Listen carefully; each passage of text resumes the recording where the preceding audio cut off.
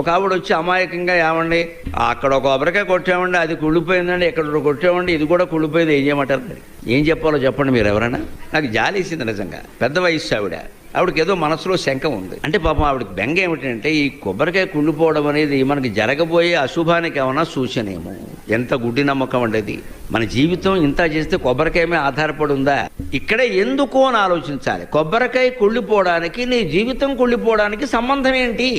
ఎందుకు ఇలా ఆలోచిస్తున్నావు? పైగా మనం కొట్లో కొనేటప్పుడు దేవుడి కోసం అంటే మంచి కొబ్బరికాయ కొంటాం, కానీ కుళ్ళిపోయింది కొనమే. మనం కావాలని చిత్తశుద్ధితో దేవుడికి మంచి కొబ్బరికాయ కొట్టాలని మనం ప్రయత్నం చేసినప్పుడు అదేదో అనుకోకుండా లోపల కుళ్ళిపోతే మనం ఏం చేస్తామండి? అది అమ్మేవాడికి తెలుసా, మనకు తెలుసా? అలాగనే ఏమండి, దేవుడికి తెలుసు కదండి, నా చేతికి మంచి కొబ్బరికాయ ఇచ్చేలా చేయొచ్చు కదండి, దేవుడికి వేరే పని ఏమి లేదా? నీ కొబ్బరికాయ లెక్కెట్టుకుంటూ కూర్చుంటాడా? అంచేతను మనం ఈ ఎందుకు అన్న ప్రశ్న వేస్తే ఈ ఆలోచన పక్కకి వెళ్ళి